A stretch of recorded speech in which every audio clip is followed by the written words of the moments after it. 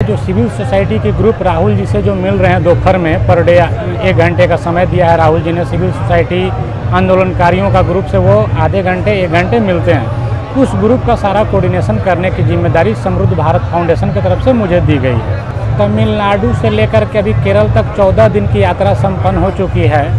और इस बीच में लगभग 30 से 35 सिविल सोसाइटी और आंदोलनकारी का ग्रुप मिला है, जिसमें दिव्यांग लोग भी मिले हैं, महिलाओं के ग्रुप से मिले, स्पोर्ट्स से जुड़े हुए लोगों से मिले,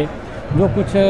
लोकल इशू को लेकर फिशरीज मैन से मिले, बोटिंग मैन से मिले, और सबसे मिलके उनका समस्या को जाना, उनसे बातचीत की, उनका कैसा चल रहा है आंदोलन, किस तरह का उनका समस्या है, और यहाँ तक कि वो जो परमाणु वाले जो परीक्षण केंद्र पर जो बन रहा है प्लांट, उसके आंदोलनकारी से भी मिले, विस्थापित लोगों से मिले, सभी लोग से राहुल जी मिलते हैं। उनका कोऑर्डिनेशन करने का काम समृद्ध भारत फाउंडेशन की तरफ से मैं करता हूँ। ये यात्रा से मेरा व्यक्तिगत अनुभव ये रहा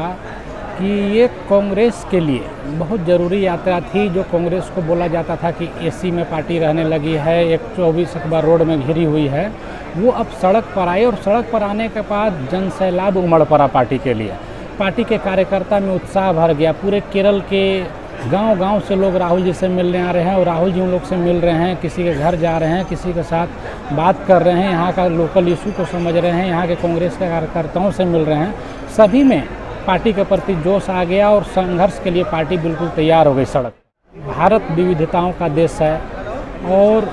हर लोग का अलग धर्म है, अलग जाति है। इसके बावजूद भी भारत को एक रखने के लिए ऐसी यात्रा का ज़रूरत था, जो मुझे यात्रा करके अनुभव हुआ कि सभी को लेकर चलने में जो देश की तरक्की है वो किसी और चीज़ में नहीं है। मुझे ये निजी लाभ हुआ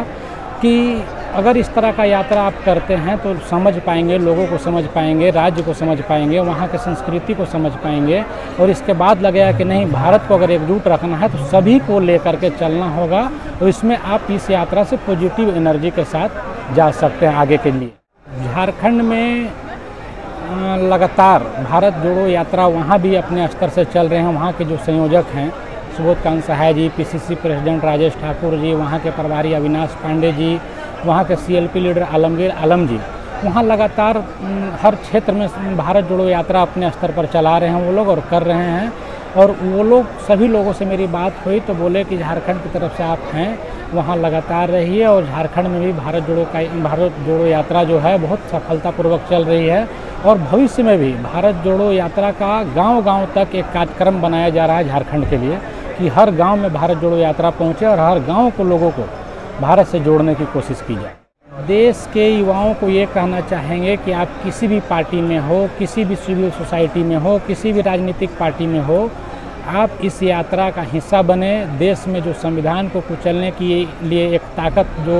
लगातार पांव पसार रही है, उसके खिलाफ आवाज़ बुलंद करने का इससे अच्छा मौका नहीं मिलेगा, देश को जोड़ने का इससे अच्छा मौका नहीं मिलेगा। अगर इस यात्रा में आप शामिल होते हैं तो देश को मजबूती मिलेगा, और देश के लिए यात्रा बहुत ज़रूरी है। इसलिए सभी युवाओं से मैं आग्रह करता हूं कि किसी न किसी माध्यम से अगर यहाँ नहीं पहुँच पा रहे हैं तो अपने प्रदेश में जो यात्रा चल रही है या संविधान बचाओ यात्रा चल रही है, उस सब यात्रा में अपना सहभागिता दें। और अभी ज़रूरत है देश को इस तरह की यात्रा की, देश को एकजुट रखने की, देश के संविधान को बचाने की, देश के संस्कृति को बचाने की। नहीं तो आने वाले समय में एक ऐसी